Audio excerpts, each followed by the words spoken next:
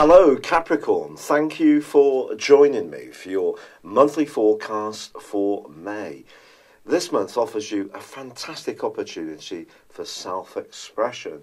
This is because there's going to be some real wonderful vibes in the sign of Taurus, which for you is all about Earth, but it's all about your creativity. It's the things you enjoy in life. It's about having some fun. And one of the lovely things about your zodiac sign is that although you may have been a little bit more diminutive when you were younger, as you've got older, your sense of humour has become one of your greatest qualities, and that can certainly flourish this month.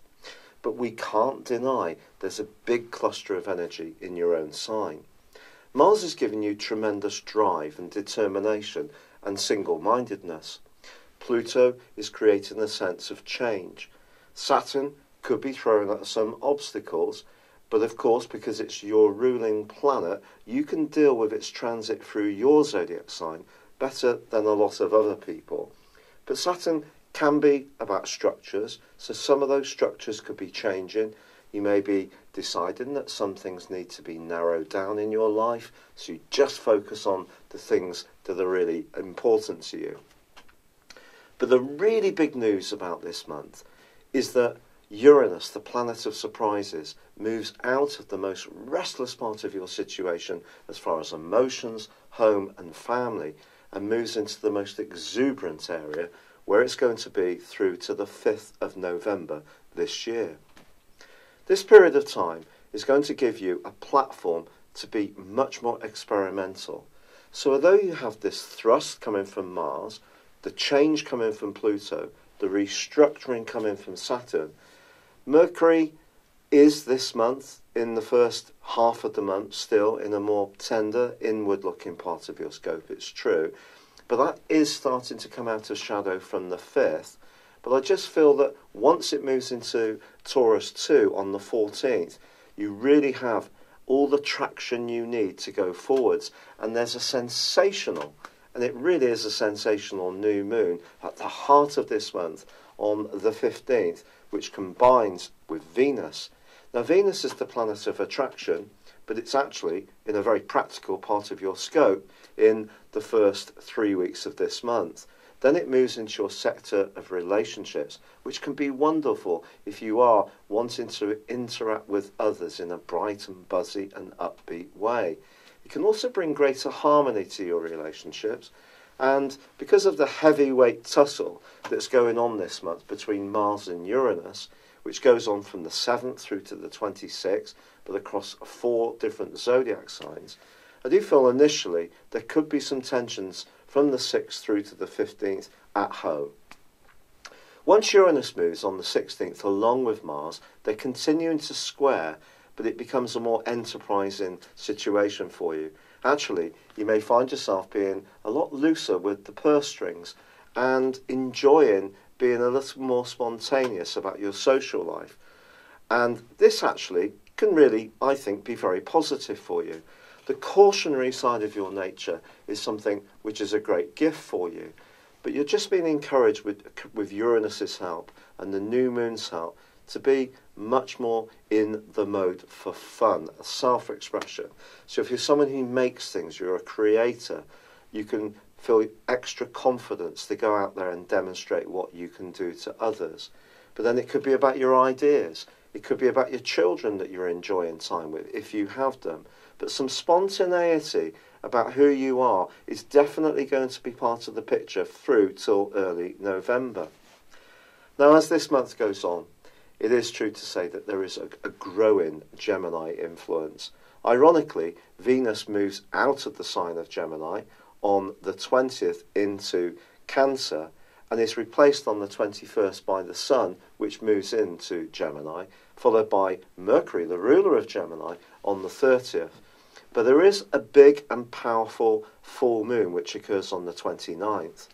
This is going to be forging a quincunx with Saturn, your ruler.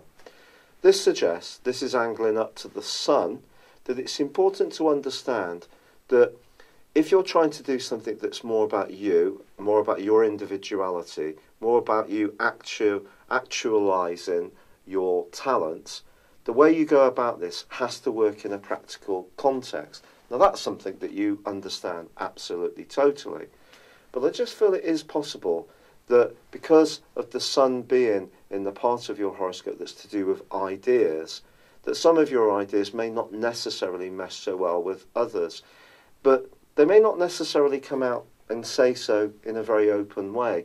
So you basically have a 12th, 6th house access then going into the 1st house as well. So your desire to be individual could feel a bit undermined towards the end of this month, and your confidence could be slightly affected by this full moon.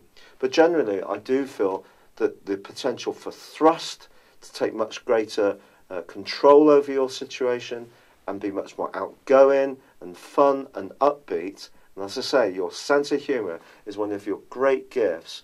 And I do feel that Uranus is going to be a really invigorating influence for you through to November, and again for a much, much longer period from March next year. Now, I'd also like to tell you about Chiron. Chiron has now relocated into the sign of Aries. So Uranus moves out of this area, but Chiron's moved into it. If there have been any tough situations in your family life, or where you live, or around your emotional being, or your own personal feelings, Chiron can be a great help to you in its transit through the sign of Aries. So if you do find yourself orientating in a bit of a different way, you're feeling more upbeat, outgoing, and that in itself can be very healing for you, I feel. It's still going to be a time of great self-discipline is required, but you can add to this a lot of panache too. It's about believing in yourself and really just going for it. It's been a real pleasure being with you, Capricorn. Thank you for joining me. I'd love it if you would like or comment on this video, or if you've yet to subscribe to my channel. But for now, goodbye and good luck. Hello, thank you so much for watching my video. I'd love you to join me at my Horoscope Ace app. You can find this at www.horoscope-ace.com. You can use it through Android, iOS, Apple, or Facebook. Check out your ascendant or your moon sign, or download your free birth chart. There's all your favourite videos, plus there are daily, weekly, monthly and yearly horoscopes for general, love, Chinese and Indian astrology.